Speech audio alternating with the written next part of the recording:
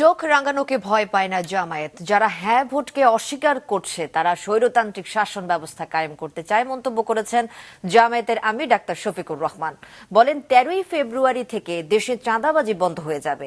চট্টগ্রামের মহেশখালী, লোহাগড়া ও বাহারছড়ার জনসভায় তিনি এসব কথা বলেন।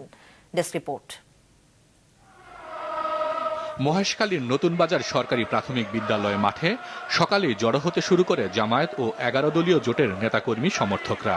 ভোটারদের জন্য দল ও জোটের পক্ষে কি প্রতিশ্রুতি দেবেন জামায়াত আমির জানতে উন্মুখ আগতরা। কর্মসংস্থান হবে, আর বেকার ভাতার চিন্তা। অপমানজনক বেকার ভাতা নয়, যুবকদের জন্য সম্মানজনক কাজের ব্যবস্থা করা হবে।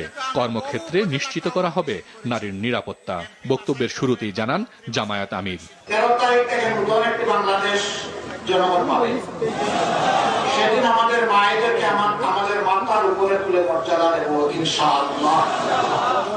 তাদেরকে ঘরে, চলাচলে, কর্মস্থলে সব জায়গায় তাদের পূর্ণ নিরাপত্তা নিশ্চিত করা হবে।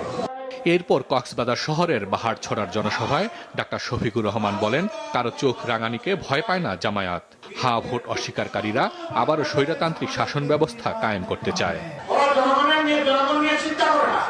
দারুণ দরদের নিজেই পড়ে আছে বাংলাদেশে, সব 14 গোষ্ঠী পাঠাই দিচ্ছে।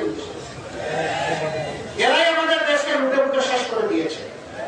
আমরা কথা দিচ্ছি, দেশ থেকে যে 28 লক্ষ কোটি টাকা ওই দেশে পাচার করা হয়েছে, ওদের পেটের ভিতরে হাত ঢুকে বের করে আনবো ইনশাআল্লাহ।